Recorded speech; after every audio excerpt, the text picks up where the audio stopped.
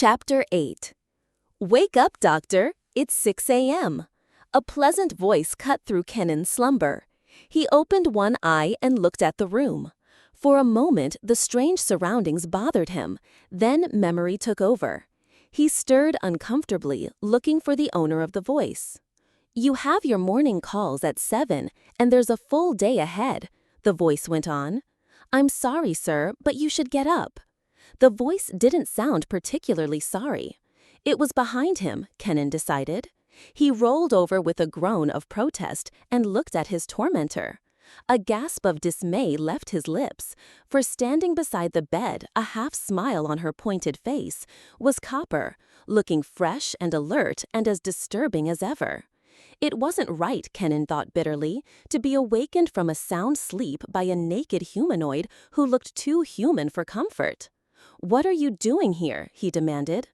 "I'm supposed to be here," Copper said. "I'm your secretary."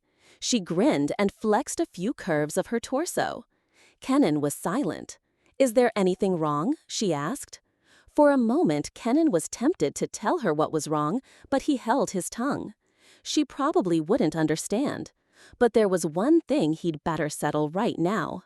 "Now look here, young lady," he began. "I'm not a lady," Copper interrupted before he could continue. "Ladies are human. I'm a Lani." "All right," Kennon growled. "Lani or human, who cares? But do you have to break into a man's bedroom and wake him in the middle of the night?" "I didn't break in," she said, "and it isn't the middle of the night. It's morning." "All right, so it's morning and you didn't break in.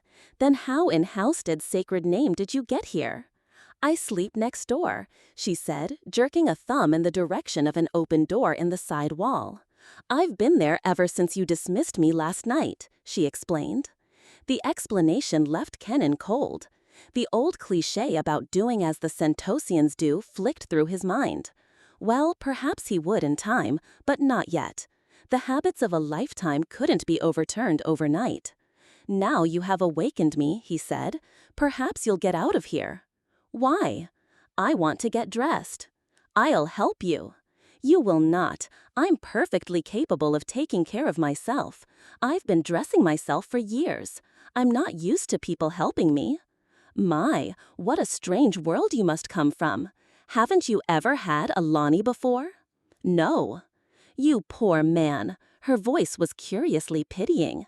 "No one to make you feel like the gods. No one to serve you. No one to even scrub your back." "That's enough," Kennon said. "I can scrub my own back." "How? You can't reach it." Kennon groaned. "Weren't there any Lani on your world?" "No." "No wonder you left it. It must be quite primitive." "Primitive!" Kennon's voice was outraged. "Beta has one of the highest civilizations in the Brotherhood." "But you don't have Lani," she said patiently, "so you must be primitive." "Halstead, Fleming, and Oxner," Kennon swore. "Do you believe that?" "Naturally. Isn't it obvious? You can't possibly be civilized unless you take responsibility for intelligent life other than your own race.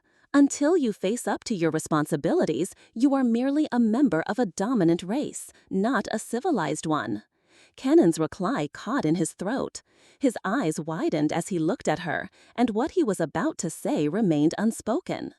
"Out of the mouths of humanoids," he muttered oddly. "What does that mean?" Copper asked.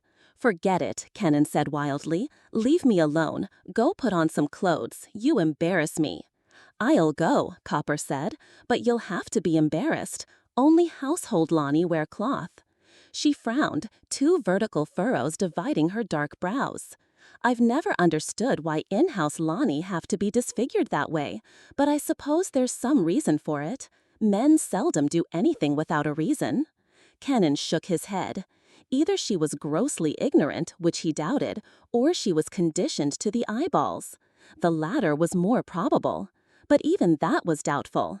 Her trenchant remark about civilization wasn't the product of a conditioned mind. But why was he worrying about her attitudes? They weren't important. She wasn't even human. He shook his head. That was a sophistry. The fact that she wasn't human had nothing to do with the importance of her attitude. "I suppose there is a reason," he agreed, "but I don't know it. I haven't been here long enough to know anything about such things. She nodded. That does make a difference, she admitted. Many new men are bothered at first by the fact that we Lani are naked, but they adjust quickly. So will you. She smiled as she turned away. You see, she added over her shoulder as she left the room, we're not human. We're just another of your domestic animals. Was there laughter in her voice? Kennon wasn't sure. His sigh was composed of equal parts of relief and exasperation as he slipped out of bed and began to dress. He'd forego the shower this morning. He had no desire for Copper to appear and offer to scrub his back. In his present state of mind, he couldn't take it. Possibly he'd get used to it in time. Perhaps he might even like it. But right now he wasn't acclimatized. Pata, pata. Man Blalock called, Copper said, as she removed the breakfast dishes. He said that he'd be right over to pick you up. He wants to show you the operation. When did he call? About 10 minutes ago. I told him that you were at breakfast. He said he'd wait. She disappeared in the direction of the kitchen. There's a nightmare quality to this, Kennon muttered, as he slipped his arms into the sleeves of his tunic and closed the seam tabs. I have the feeling that I'm going to wake up any minute. He looked at his reflection in the dresser mirror, and his reflection looked worriedly back. This whole thing has an air of plausible unreality. The advertisement, the contract, this impossible island that raises humanoids as part of the livestock. He shrugged, and his mirrored image shrugged back. But it's real, all right. No dream could possibly be this detailed. I wonder how I'm going to take it for the next 5 years. Probably not too well, he mused silently. Already I'm talking to myself. Without even trying, that Lani Copper can make me feel like a Sarkian. He nodded at his image. The Sarkian analogy was almost perfect, he decided. For on that grimly backward world, females were as close to slaves as the Brotherhood would permit, raised from birth under an iron regimen designed to produce compliant mates for the dominant males. Probably that's the reason Sark was so backward. The men, having achieved domestic tranquility, had no desire to do anything that would disturb the status quo. And since no Sarkian woman under any conceivable circumstances would annoy her lordly master with demands to produce better mousetraps, household gadgetry, and more money, the technological development of Sark has come to a virtual standstill. It took 2 sexes to develop a civilization.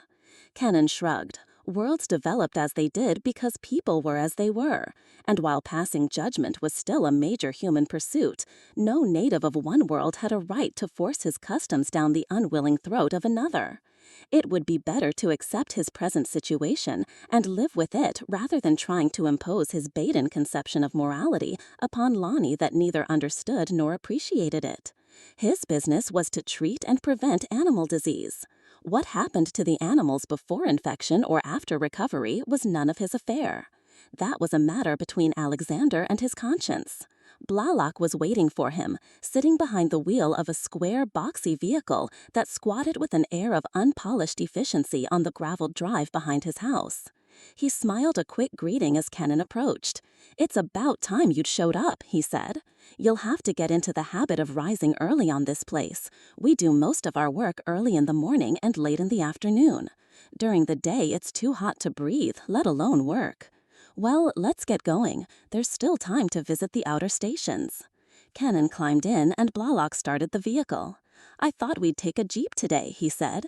"They aren't very pretty, but they get around." He turned onto the surfaced road that ran down the hill toward the hospital and the complex of red-roofed buildings clustered about it. "About those flukes," he said, "do you have any plans to get rid of them?" "Not yet.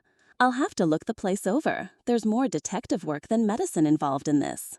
"Detective work? Sure, we know the criminal, but to squelch him, we have to learn his hangouts, study his modus operandi, and learn how to make his victims secure from his activities. Unless we do that, we can treat individuals from now to infinity, and all we'll have is more cases. We have to apply modern criminology tactics, eliminate the source of crime, stop up the soft spots. In other words, kill the flukes before they enter the Lani." "Old Doc never said anything about this," Blalock said. "Probably he never knew about it. I was looking over the herd books last night, and I saw nothing about trematitodes or anything that looked like a parasite pattern until the last few months. Why not? My guess is that he was one of the first deaths. You mean this thing attacks human beings? Preferentially, Kennon said. It's strange, too, because it originated on Santos so far as we know. In fact, some people think that the Vara bred it for a weapon to use against us before we conquered them. They could have done it. Their biological science was of a high enough order. But how did it get here? I wouldn't know, unless you've hired a Santosian or someone else who was affected. We did have a man from Santos, fellow called Joe Kryla. We had to let him go because he was a nudist. It made a bad impression on the Lani, but that was over a year ago. That's about the right time to build up a good reservoir of infection. The fatal cases usually don't show up before an area is pretty well seeded. That's not so good.